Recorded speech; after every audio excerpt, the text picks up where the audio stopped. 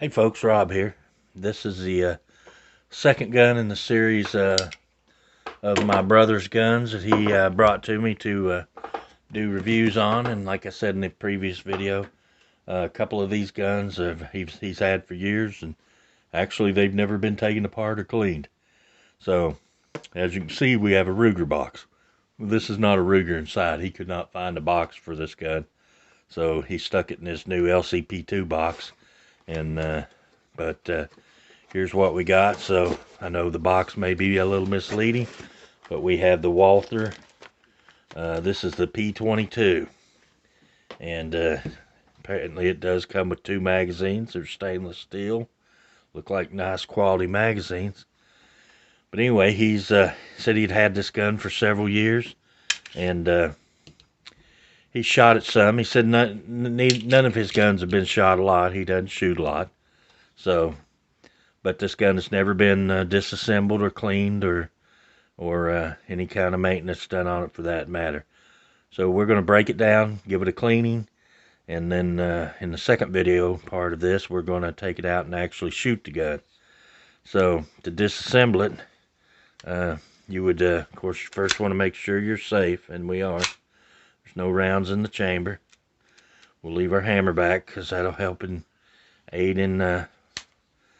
But you pull down on this lever right here, and I have trouble getting a hold of this for some reason.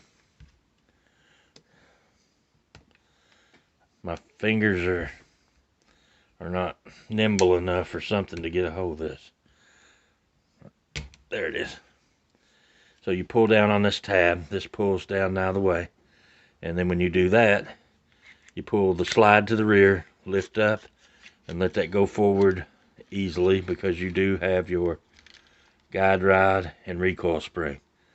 Now you can see here, this gun, it's not really dirty. Like I said, he fires these guns very little. You can see a little bit of carbon build up in there. But yeah, he said he's had this gun for a long time, and you can see from the frame there, it has been shot some, but it's not extremely filthy. So we're going to give it a little cleaning for him, and before I return him, I'll clean him again and have him nice and ready for him to go. So we're going to spray a little CLP in here, and take our old toothbrush and just go in here and try to get some of this burnt powder residue and stuff out of here. Clean along these rails. And I know a lot of you guys, these cleaning videos might be boring, but somebody might come across one of these guns used and have no experience with it, and this might come in helpful to somebody at some point. So we're going to take our little thing here and go in here and kind of work around these areas and get some of that crud out of there. It was a little dirtier than what I thought. I can see that CLP turn kind of black. Clean along our rails here, inside our slide. So anyway, there's that cleaned up. Looks a little better. Got some of that powder residue off. Is that powder right there? Yeah, I believe that's some powder residue right there. Let's take our little brush and see if we can get that. Clean that out a little bit more.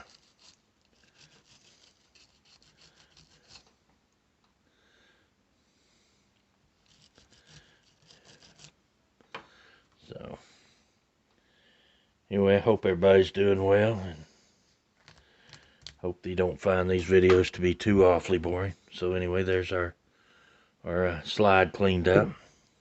Like I said, these guns are not really that dirty. He said since he's owned it, he may have put 4 or 5 magazines through the gun.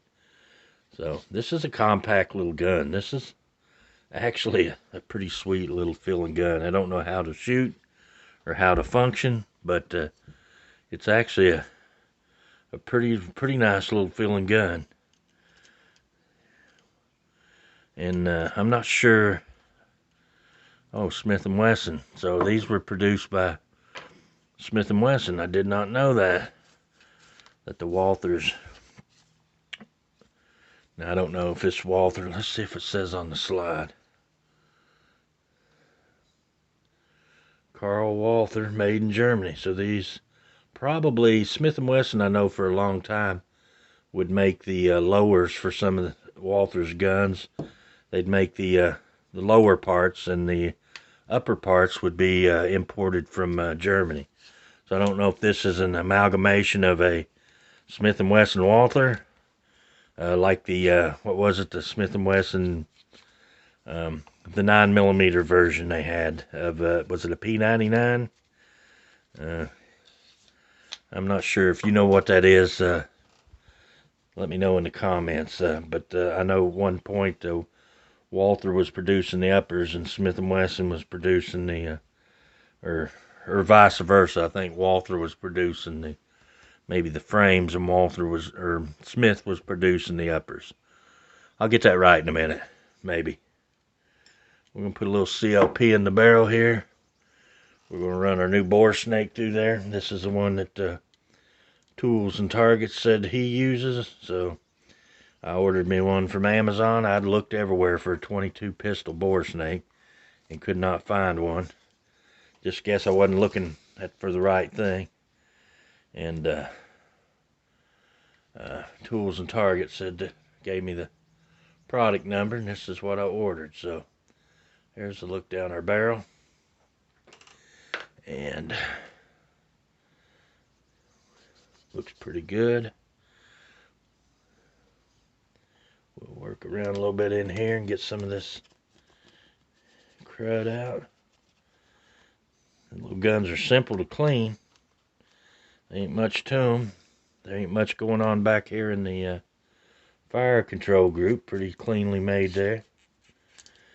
So anyway, there's our barrel cleaned out. We got some CLP on it. I'm going to take a drop and put it right here.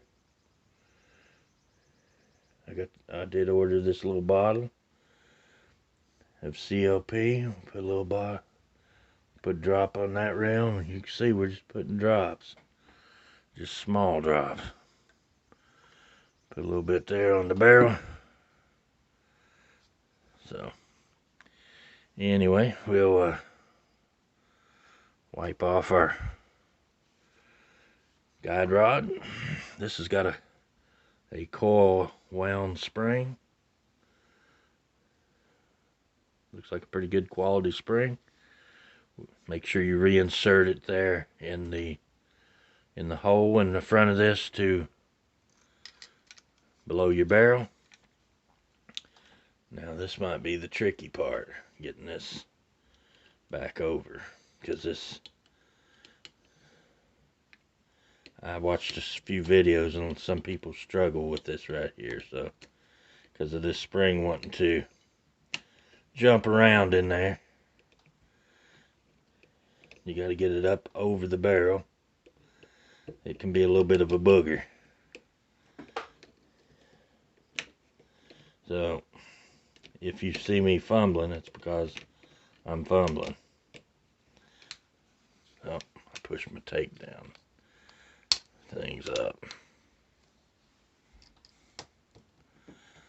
Let me start over again here.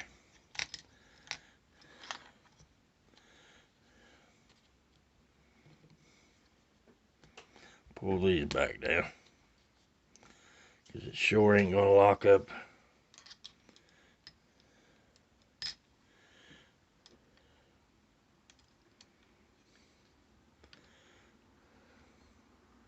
So we'll try this again. I don't know if you can see that or not, but and I'm not gonna make you watch all this. If I don't get this time, I'll pause you and we'll come back when I get it together. Because this is, there we go. There we go. So pull it to the rear. Push down a little bit. It comes forward. And there we go. This does have a thumb safety. So there's Fire. No, there's fire. There's safe.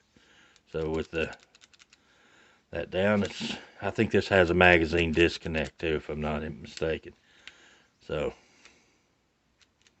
it does have a magazine disconnect. So now we can lower our hammer. And this actually has a pretty nice trigger, double action.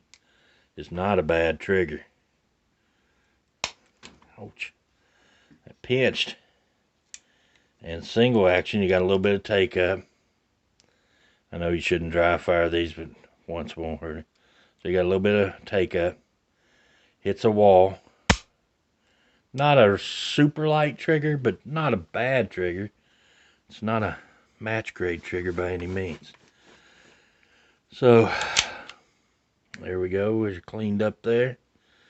Let's this does have the European style mag release. We'll just give these mags a quick wipe with our rag here. And this little P22 should be ready to take out and put a few rounds through and see how she runs. So anyway, guys, this was the second gun in the series of my brother's guns that he's loaned me to do videos on, and this is a Walther P22. Nice little compact gun. I really like this little gun. If it shoots well, this might be something that comes on my radar. I really like this type of mag release. I really like that.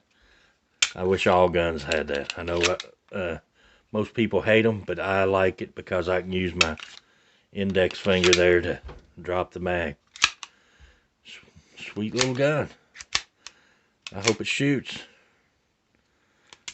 We'll try it out here in a little bit and see what it does. Anyway, guys, I'd like to thank everybody for watching, taking the time, and I appreciate everybody that watches. Leave a comment if you have this gun and you have experience with it. Chime in there, and I appreciate everybody. And until the next video, we'll see you later.